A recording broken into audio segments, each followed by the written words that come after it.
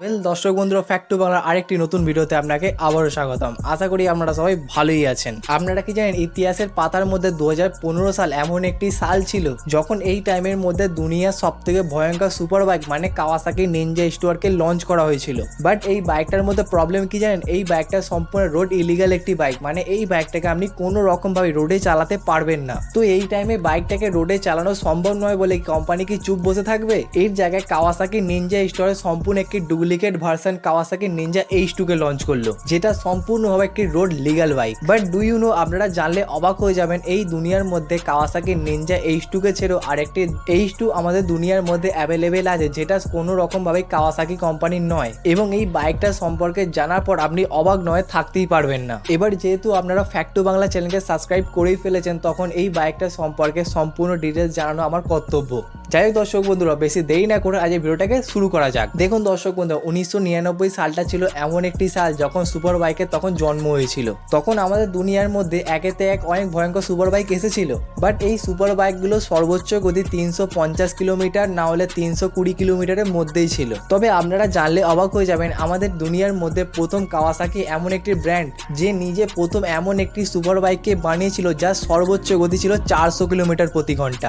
2015 আগে এমন কোনো সুপার বাইক আমাদের দুনিয়ার মধ্যে উপলব্ধ ছিলই না। বাট এই বাইকটার মধ্যে প্রবলেম কি জানেন, এই বাইকটাকে আপনি কোনো রকম ভাবে রোডে চালাতে পারবেন না, মানে বাইকটা সম্পূর্ণ রোড ইলিগাল একটি বাইক। কাওয়াসাকির ফ্যান যতটা বেশি কাওয়াসাকি নিনজা স্টুয়ার্ট লঞ্চ হওয়াতে যতটা বেশি খুশি হয়েছিল, তার থেকে বেশি দুঃখ কাওয়াসাকি ফ্যান তখন পেয়েছিল যখন তারা জানতে পারে এই বাইকটাকে কোনো রকম ভাবে রোডে চালানো যাবে না। তো এই টাইমে কাওয়াসাকি কোম্পানি চুপ করে বসে থাকবে? আরে না ভাই, এটা কোনো রকম ভাবেই সম্ভব ছিল না। কাওয়াসাকি কোম্পানি নিনজা H2R এর সম্পূর্ণ duplicate model Kawasaki Ninja H2 কে বার করলো। এই বাইকটার মধ্যে সব থেকে ভালো ব্যাপার ছিল এই বাইকটাকে আপনি খুব ইজিলি রোডে চালাতে পারবেন। বাট ডু ইউ নো, আপনি জানলে অবাক হয়ে যাবেন, আমাদের দুনিয়ার মধ্যে কাওয়াসাকি ব্র্যান্ডকে ছেড়ে আরেকটি নতুন H2 আছে। আসলে এই H2 হলো বি মোটর টেসি H2। 2015 সালে প্রথম কাওয়াসাকি নিনজা স্টুয়ার্ট কে লঞ্চ করা হয়েছিল, তারপরেই কাওয়াসাকি নিনজা H2 কে লঞ্চ করা হলো, আর ঠিক তার কিছুদিন পরে বি মোটর টেসি H2 কে লঞ্চ করা হলো। দেখুন, বি মোটর কোম্পানি ওনার হচ্ছে মার্কো অ্যান্ড ড্যানেলি নামে দুই ব্যক্তি। বাট এর মধ্যে টুইস্ট কি জানেন, এই বি মোটর কোম্পানি এই দুজন ওনার ছাড়াও আরেকটা ওনার আছে। এই কোম্পানি 49% ওনারশিপ কাওয়াসাকি কোম্পানিরও আছে। আপনাদের মধ্যে 99% লোক এটা হয়তো প্রথমবার শুনছে যে বি মোটর কোম্পানি কাওয়াসাকির আন্ডারে পড়ে থাকে। বাট এবার এই সব কিছু ছেড়ে আমরা বাইকটা সম্পর্কে সম্পূর্ণ ডিটেলস জেনে নেব। যেমন এই বাইকটার মধ্যে ব্যবহার করা হচ্ছে 998 সিসির inline 4 cylinder liquid cooling super charger engine. এই সেম ইঞ্জিন আপনি কাওয়াসাকি নিনজা H2R এর মধ্যেও দেখতে পাবেন।